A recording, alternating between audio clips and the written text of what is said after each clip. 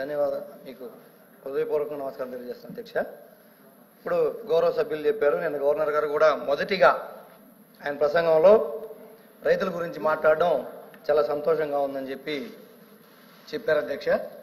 కానీ వాళ్ళు ఏదైతే సూపర్ 6 అమలు అని అనౌన్స్ చేసి ఎన్నికల్లో వాగ్దానాలు ఇచ్చి హామీలు ఇచ్చి అధికారంలోకి వచ్చారో అది రైతులకు 20,000 రూపాయలు సంవత్సరానికి వ్యవసాయానికి పెట్టుబడి సాయం కింద ఇస్తామని చెప్పిన అది వాళ్ళు ఈ సంవత్సరంలో అమలు చేయకపోగా మళ్ళీ అది గొప్పగా చెప్పుకుంటున్నారు అధ్యక్ష. రైతుల గురించి మేము మొదటగా ప్రస్తావించామని అది 20,000 రూపాయలు రైతులు ఎదురు చూస్తా ఉన్నారు అధ్యక్ష. ఒక్కరు కూడా రాష్ట్రంలో ఏ రైతుకి 20,000 రూపాయలు ఇచ్చినా దాఖలాలు లేవు అధ్యక్ష. మేడం అదేవిధంగా ప్లీజ్ ఇప్పుడే చెప్పారు కదా మంత్రి గారు మీరే సభను కామెంట్ చేసి మీరు డిస్టర్బ్ చేస్తే ఇది సభను ఎలా నడుపుతారండి?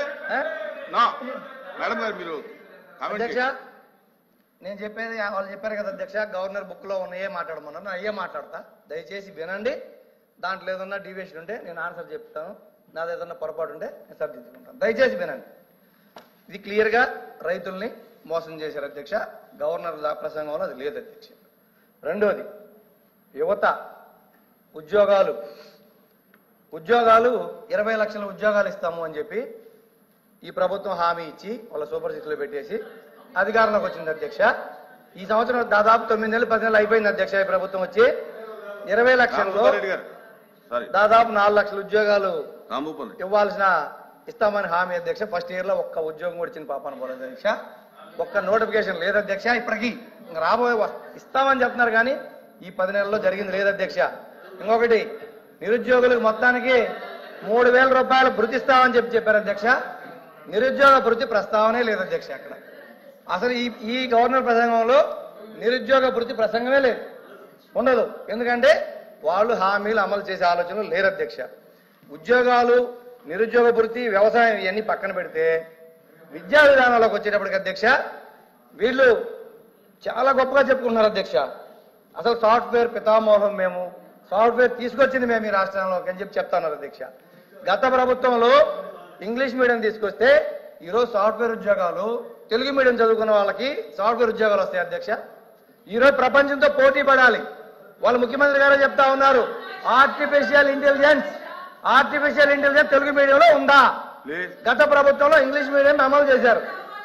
ప్రపంచంతో పోటీ పడే విధంగా ఆ రోజు విద్యార్థులను తీర్చిదిద్దడానికి LKG నుంచే ప్రణాళికలు చేశారు. ఈ రోజు మీరు తెలుగు మీడియం అమలు చేస్తారా, ఇంగ్లీష్ మీడియం అమలు చేస్తారా అనేది క్లారిటీ లేదు గవర్నర్ స్పీచ్ లో. తెలుగు మీడియమా, ఇంగ్లీష్ మీడియమా? సభ్యులు క్షమించాలి అధ్యక్ష. ధన్యవాదాలు. ఇక్కడ తెలుగును అవమానించడం అధ్యక్ష. తెలుగు చదువుకుంటే సాఫ్ట్వేర్ ఉద్యోగాలు వస్తాయా అని అడగడం అన్నది నిజంగా అబ్జెక్టబుల్ అధ్యక్ష. ఏం తెలుగు చదువుకున్న వాళ్ళు కలెక్టర్లు కాలేదా? తెలుగు చదువుకున్న వాళ్ళు ఇంకా పెద్ద పెద్ద పొజిషన్ లో లేరా? తెలుగు వాళ్ళు ఈ రోజు ఢిల్లీలోని పెద్ద పెద్ద పొజిషన్స్ లో లేరా అధ్యక్ష? తెలుగు మీడియంలో చదువుకున్న వాళ్ళందరూ కూడా ఈ రోజు మంచి మంచి పొజిషన్స్ లో ఉన్నారు. తెలుగు చదువుకుంటే సాఫ్ట్వేర్ ఉద్యోగాలు రావు అన్న పదాన్ని అతను ఇత్తుడా చేసుకోవాలి అధ్యక్ష. చేయమని అధ్యక్ష. అది ఓడ్ తెలుగుని గౌరవించే ఎవరైనా తెలుగు ప్రజలుగా, తెలుగు రాష్ట్రాల్లో ఉండి, తెలుగు శాసన మండలి సభ్యులుగా ఉండి, తెలుగు రాష్ట్రాల్లో శాసన మండలి సభ్యులుగా ఉన్న వాళ్ళు తెలుగును అవమానించడం అన్నది నిజంగా చాలా దురదృష్టకరం అధ్యక్ష. దీన్ని మీరు ఎట్టి వేస్తున్నా అది విత్డ్రా చేసుకోవాలి అధ్యక్ష. ఫోర్స్ విత్డ్రా చేసుకోవాలి, లేకపోతే మీరైనా విత్డ్రా చేయాలి. చెప్పండి. నేను కూడా తెలుగు మీడియం చదువుకున్నా అధ్యక్ష. అరే మీరు మా వినండమ్మా, మీరు మధ్యలో ఇంటర్ఫీర్ అవ్వద్దు దయచేసి అధ్యక్ష. మీరు ఇంటర్ఫీర్ అవుతుందని చెప్పండి, మొత్తం అయిపోయినా మాట్లాడమని చెప్పండి, ఇంటర్ఫీర్ అవుతుందని చెప్పండి. మీరు పూర్తిగా మా భావం చెప్పకుండా, మా అభిప్రాయం చెప్పకుండా మాట్లాడతారు అధ్యక్ష. నేను చెప్పింది వినాలి కదా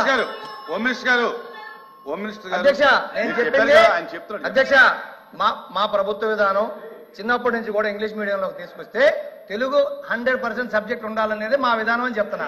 పూర్తిగా వినకుండా మధ్యలో ఇంటర్ఫీర్ అయిపోయి ఎక్కడెక్కడ దూరపడి డిబేట్ చేయొద్దు అధ్యక్ష. మా అభిప్రాయం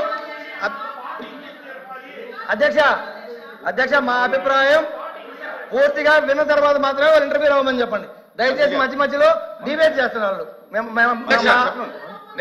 నేను అధ్యక్ష డిబేట్ అధ్యక్ష. తెలుగు భాష, తెలుగు నేల మీద పుట్టారు, తెలుగును అవమానపరిచారు అధ్యక్ష. విత్ ఆ వర్డ్స్ మీరు రికార్డ్స్ తొలగించారు అధ్యక్ష. రికార్డ్స్ తొలగించారు అధ్యక్ష.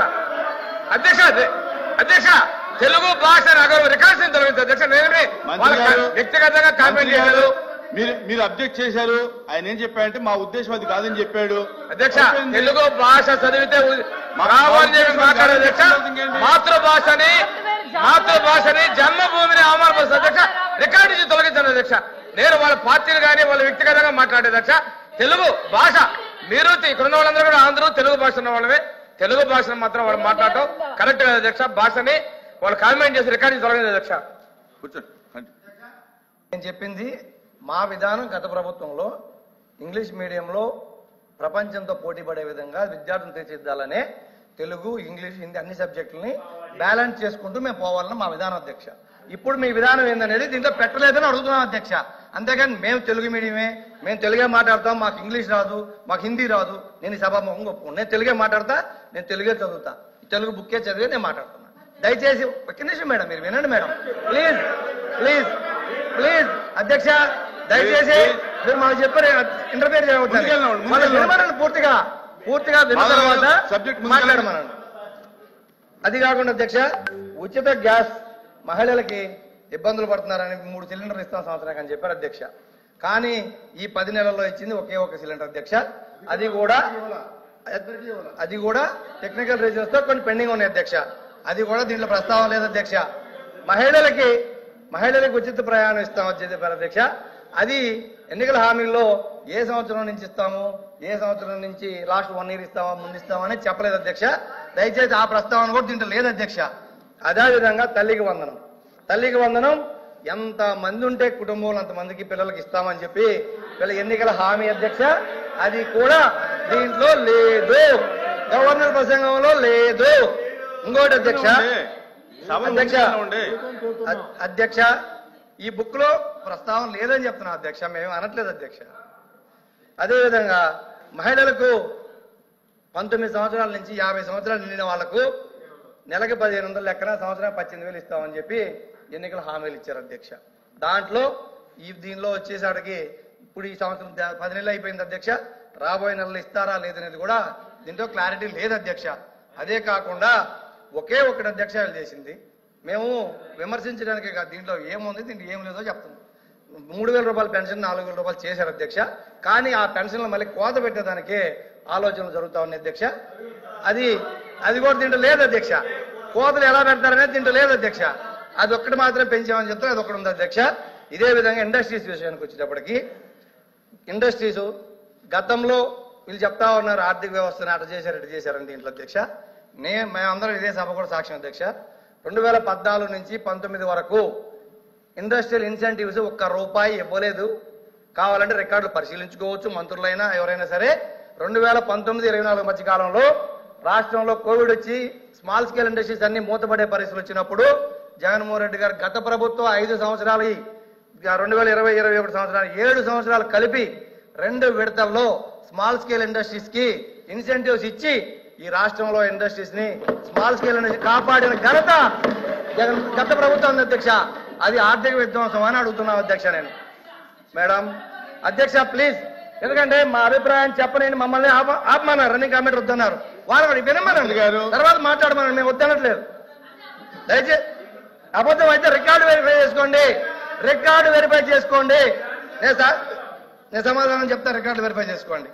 అదేవిధంగా అధ్యక్ష పెద్ద భారీ పరిశ్రమలు కూడా సెంచరీ ప్లైవుడ్ కడప జిల్లాలో వస్తే ఈ రోజు 2,500 రూపాయలు ఉన్న జామాయిల్ రేటు ఈ రోజు 10,000కి వచ్చింది అధ్యక్ష. ఈ రోజు రైతులు ఏదో మెట్ట ప్రాంతాల్లో ఉండే రైతులు జామాయిల్ రేటు 4 రెట్లు పెరిగితే ఆనందపడుతున్నారు అధ్యక్ష. దానికి కారణం భారీ పరిశ్రమలు, సెంచరీ గాని గ్రీన్ ప్లే గాని అన్ని కూడా భారీ పరిశ్రమలు వచ్చినాయి అధ్యక్ష. అదే అధ్యక్ష దానికి నిదర్శనం. మూడవది అధ్యక్ష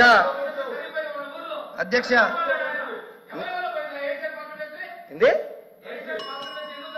మేము చెప్తాం, అది కూడా చెప్తాం అధ్యక్ష. కొనసాగనే ఉండే మంత్రులు కూడా ఇలా అట్లా అయితే ఎట్లా సార్ అధ్యక్ష? అధ్యక్ష మేము పెట్టినవి చెప్తున్నాం అధ్యక్ష. మంత్రి గారు మేము చేయని చెప్పట్లేదు, చేసినవి చెప్తున్నాం. మేము చేసినవి చెప్తుంటే మీరు బాధపడితే ఎట్లా అధ్యక్ష? మంత్రి గారు మీరు ఏదైనా అదే విధంగా అధ్యక్ష చెప్పండి. ఇండస్ట్రీస్ రావాలి అంటే అధ్యక్ష ఇండస్ట్రీస్ రావాలి అంటే మీరు వినండి.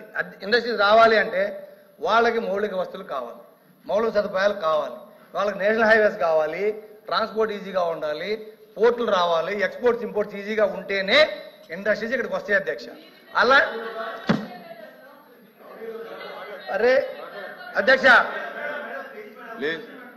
అధ్యక్ష ప్లీజ్ వాళ్ళని తర్వాత మాట్లాడమన్నాడు. మీరు కంటిన్యూ చేయండి. ఇండస్ట్రీస్ రావాలంటే ఇండస్ట్రియలిస్టులకి అధ్యక్ష ఇవి కావాలి అధ్యక్ష. ఇండస్ట్రియలిస్టులకి అవకాశాలు ఇస్తేనే వాళ్ళు వస్తారు అధ్యక్ష. కానీ గత ప్రభుత్వం చెప్పారు కదా, ఆ గత ప్రభుత్వంలో ఎటువంటి పర్మిషన్లు కానీ, ఎటువంటి ల్యాండ్ అక్విజిషన్ కానీ, ఎటువంటి డిపిఆర్లు కానీ లేవు అధ్యక్ష. దానికి సాక్ష్యం నేను మా రామాయపట్నం పోర్టు వచ్చిన తర్వాతే ఇండోసోల్ 4,800 ఎకరాలు అక్వైర్ చేసి ఇండోసోల్కి ఇచ్చాం. మీరు చెక్ చేసుకొని కావాలని రామాయపట్నం పోర్టు పక్కన రామాయపట్నం పోర్టు శంకుస్థాపన మీరు చేశారు, మేము చేశాం. తేడా ఏంటంటే మీరు ఎటువంటి పర్మిషన్లు కానీ ఈవెన్ నవయోగ దగ్గర ఎన్ఓసి కూడా తీసుకోకుండా మీరు శంకుస్థాపన చేస్తే ఆడ పోర్టుకు పర్మిషన్ లేకపోతే జగన్మోహన్ రెడ్డి గారి ప్రభుత్వం వచ్చిన తర్వాత నవయోగాల దగ్గర ఎన్ఓసి తీసుకొని పోర్టు ల్యాండ్ అక్వైర్ చేసి దానికి 3,600 కోట్ల రూపాయల నిధులు కేటాయించి ఆ పోర్టుని 1,600 కోట్ల రూపాయల నిధులు వినియోగించి ఆల్రెడీ పోర్టు సగం పూర్తయింది అధ్యక్ష. అది అయ్యింది కాబట్టే మాకు ఇండోసోల్ వచ్చింది అధ్యక్ష. ఈ రోజు అధ్యక్ష మాధవ్ గారు ఉండండి. అధ్యక్ష రామాయపట్నంలో పోర్టు 18లో శంకుస్థాపన చేశారు అధ్యక్ష. ఆ తర్వాత ఏషియన్ పల్ప్ ఇండస్ట్రీ 24,000 కోట్ల రూపాయల లక్షల కోట్ల పెట్టుబడి తీసుకొస్తే తరివేసింది వీళ్ళు కదా. వీళ్ళ వల్ల లూలు పరిశ్రమలు తరలిపోలేదా? మన రాష్ట్రంలో పుట్టిన అమర్రాజా పరిశ్రమలు తరలిపోలేదా? వీళ్ళు ఇండస్ట్రీ గురించి మాట్లాడతారు అధ్యక్ష. వీళ్ళు ఈ రోజు మాట్లాడతారు. చెప్పండి ఎవరు తీసుకున్నారు ఈ రోజున? మీ సుబ్బారెడ్డి ఏం చెప్పదలుచుకున్నారు చెప్పండి. అదేనండి, మీ వల్ల పరిశ్రమలు జరిగిపోతే మీరు నీతులు మాట్లాడతారని చెప్తా ఉన్నాను.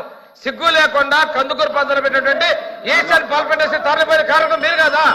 ఆ రోజు పోర్టును రద్దు చేసిన మీరు కదా. మీ అన్నయ్యలకు అప్పగించుకొని మళ్ళీ కొత్తగా ఏదో మొదలు పెట్టామని చెప్పి చెప్పుకోవడం నిస్సిగ్గుతనంగా మాట్లాడతారు అధ్యక్ష. ఇది చాలా అసత్యాలు చెప్తారు అధ్యక్ష సభకే. ఎల్ఓపి గారు